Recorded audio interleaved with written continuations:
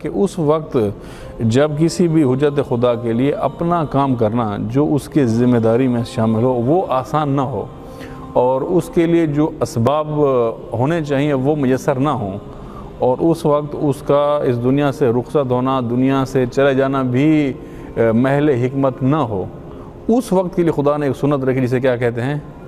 غیبت کہتے ہیں۔ لہٰذا یہ ایک مسلسل سنت ہے، یعنی اللہ تعالیٰ کی ہمیشہ سے ایک سنت آ رہی ہے اور بہت قدیم سنت ہے۔ اور پہلی الہی شخصیت جنہوں نے غیبت اختیار کی، کوئی بندہ ان کا نام بتائے گا؟ پہلی شخصیت جہاں سے ہم کہیں کہ یہ اس سنت کا آغاز ہوتا ہے، جی اور کوئی بندہ بتائیں؟ ان سے بھی بہت پہلے سے ہے۔ پہلی غیبت جو ہے وہ حضرت ادریس علیہ السلام کی ہے۔ حضرت ادریس علیہ السلام جو ہے وہ حضرت نوح کے دادا ہیں، پیغمبر ہیں، حضرت نوح کے دادا ہیں، یعنی حضرت نوح سے بھی پہلے سے۔ حضرت آدم کی پشت میں 10ویں نمبر پر ہیں، اور حضرت نوح سے 2 پشت پہلے ہیں، سب سے پہلے ان کی غیبت ہے۔ اب ان کی غیبت کی میں تفصیل نہیں کروں گا کیونکہ وہ پھر ایک لمبا عنوان ہے۔ بہرحال تمام انبیاء میں سے ایک بڑی تعداد انبیاء کی ہے جنہوں نے غیبت اختیار کی ہے۔ اس حضرت ادریس کی غیبت ہمارے کتابوں کے اندر موجود ہے۔ حضرت ابراہیم کی غیبت بہت زیادہ مشابہ ہے امام زمان کی غیبت سے، اور یہ بھی شاید آپ لوگوں کے لیے نئی بات ہو کہ حضرت ابراہیم نے بھی غیبت اختیار کی۔ پھر حضرت موسیٰ کی غیبت ہے، حضرت عیسیٰ کی غیبت ہے، حضرت یوسف کی غیبت ہے، بہت زیادہ غیبت ہے۔ حضرت خضر کی غیبت کو آپ سب جانتے ہیں۔ اس کے علاوہ اور الہی شخصیات کی غیبت رہی، لہٰذا یہ ایک مسلسل ایک سنت الہی ہے جو ہمیشہ رہتی ہے۔ تو ہمیں یہ سمجھنا چاہیے سب سے پہلے کہ یہ غیبت کیا ہے۔ یہاں پر ہم صرف غیبت پر بات کر رہے ہیں، ابھی امام زمان کی ہم بات نہیں کر رہے، یعنی جب بھی ہم غیبت کی بات کریں گے چاہے وہ کسی بھی حجت خدا کے حوالے سے ہو تو وہ ایک ہی اصول پر غیبت شروع ہوتی ہے۔ وہ اصول ہمیں سمجھنے کی ضرورت ہے کہ وہ کیا ہے۔ اگر ہم تاریخ کا مطالعہ کریں تو ہمیں بہت واضح ہوتا ہے کہ اس وقت جب کسی بھی حجت خدا کے لیے اپنا کام کرنا جو اس کے ذمہ داری میں شامل ہو وہ آسان نہ ہو، اور اس کے لیے جو اسباب ہونے چاہیے وہ میسر نہ ہوں، اور اس وقت اس کا اس دنیا سے رخصت ہونا، دنیا سے چلے جانا بھی محل حکمت نہ ہو، اس وقت کے لیے خدا نے ایک سنت رکھی جسے کیا کہتے ہیں؟ غیبت کہتے ہیں۔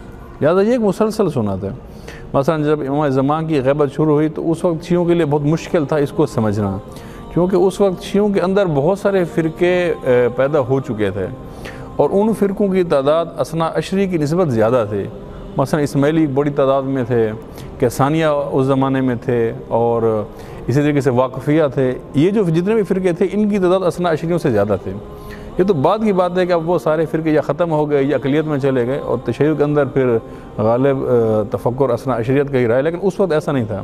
جب امام کی غیبت شروع ہوئی تو اس وقت باقی فرقے تعداد میں زیادہ تھے، اور جن کو وہ لوگ امام مانتے تھے وہ سارے موجود تھے، اور اثنا عشری جن کو امام مان رہے تھے یہ غیبت میں تھے۔ لہٰذا اس وقت کی شیعوں کے لیے اس بات کو قبول کرنا، سمجھنا بہت مشکل تھا۔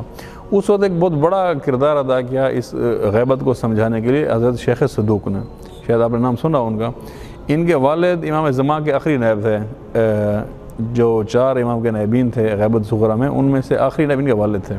اور پھر جیسے غیبت کبریٰ کا زمانہ شروع ہوتا ہے تو سب سے پہلی شخصیت جن کے ہاتھ میں تشیع کی قیادت و رہبری تھی وہ شیخ صدوق تھا۔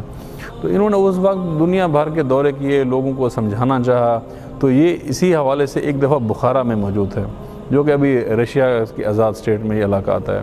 وہاں پر انہوں نے ایک خواب دیکھا، اور خواب انہوں نے یہ دیکھا کہ خواب میں یہ بات دیکھتے ہیں کہ یہ خانہ کعبہ کے اندر ہیں، حجر اسود کو یہ بوسہ دے رہے ہیں، اور وہیں پر امام زمان تشریف لاتے ہیں خواب کی حالت میں۔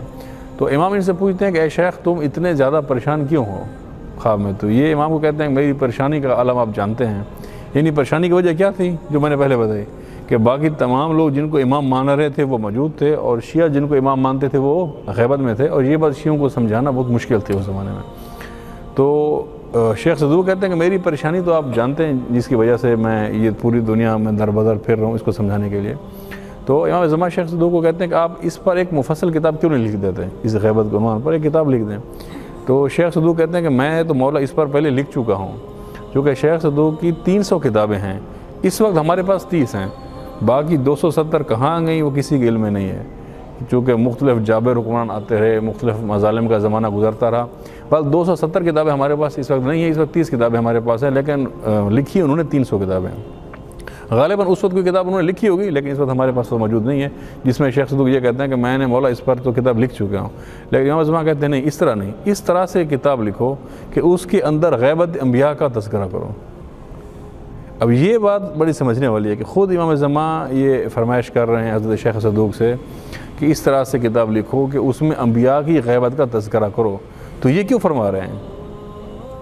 یہ اسی کنفیوژن کو دور کرنے کے لیے فرما رہے ہیں جو آج تک سب کے ذہنوں میں آتی ہے کہ جی ہم یہ سمجھتے ہیں کہ یہ غیبت کبھی بھی نہیں ہوئی اور صرف امام زمان کے لیے ہی کیوں آ گئی ہے۔ تو یہی کنفیوژن امام زمان دور کرنا چاہ رہے ہیں اور فرماتے ہیں کہ آپ اس طرح سے کتاب لکھیں جس میں انبیاء کی غیبت کا ذکر کریں۔ جب انبیاء کی غیبت کا ذکر کریں گے تو لوگوں کو یقین آئے گا کہ